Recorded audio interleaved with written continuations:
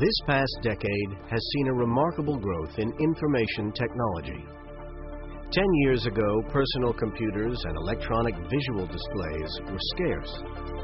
Now, they seem to be an essential piece of the office furniture. But offices are not the only place to be affected by this revolution.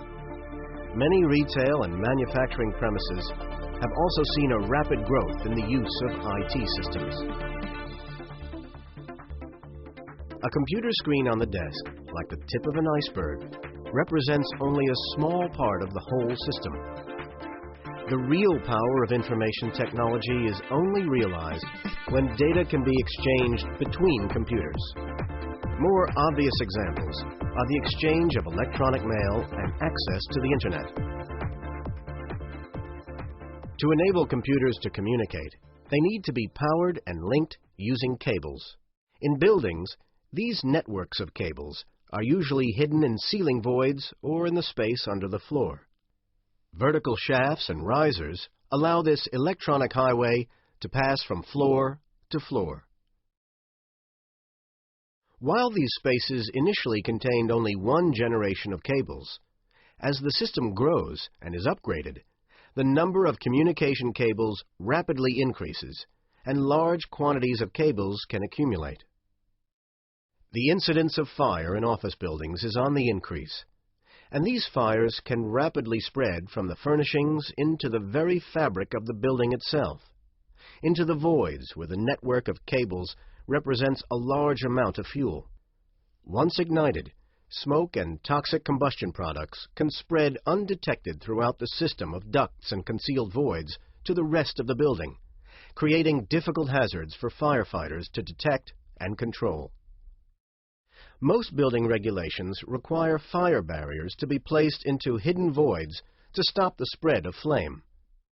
However, the effectiveness of these regulations has been diminished by the rapid increase in the volume of cables and the ambiguity regarding whether cables should be considered a building construction product or part of the contents.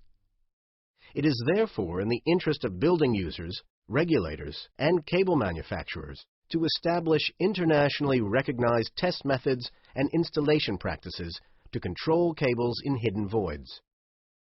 The European Union has now determined that cables should be a part of the EU Construction Products Directive, making cables a building construction product.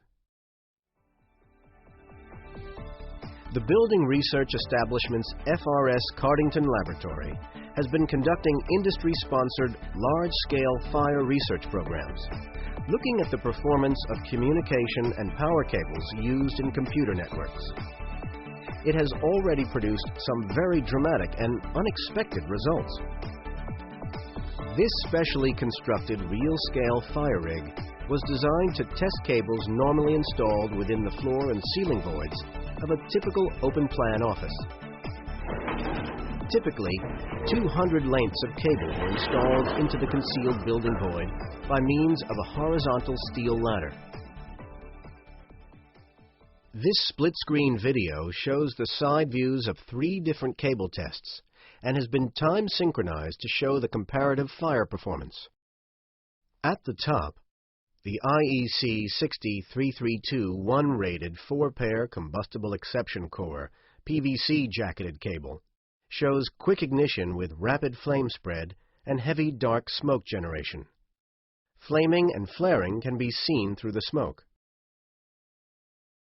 In the middle, you see the IEC 60332 3-rated 4-pair combustible exception core non-halogen jacketed cable, which shows some slight delay in ignition compared to the cable above. Later, once the hydrate filler flame retardants are exhausted, the flame spread becomes very rapid. A blazing inferno envelops the whole cable ladder, with flaming droplets forming pools of burning molten plastic on the plenum space floor. These are very dangerous fire situations. These cables actually burn so rapidly that they create an immense blowtorch effect with temperatures exceeding 1,000 degrees centigrade. At these temperatures, it would be hot enough to threaten the very structural integrity of a steel-framed building. Meanwhile, at the bottom, The much safer limited combustible rated 4-pair cable shows no ignition, flame spread, or fire growth under the same realistic conditions.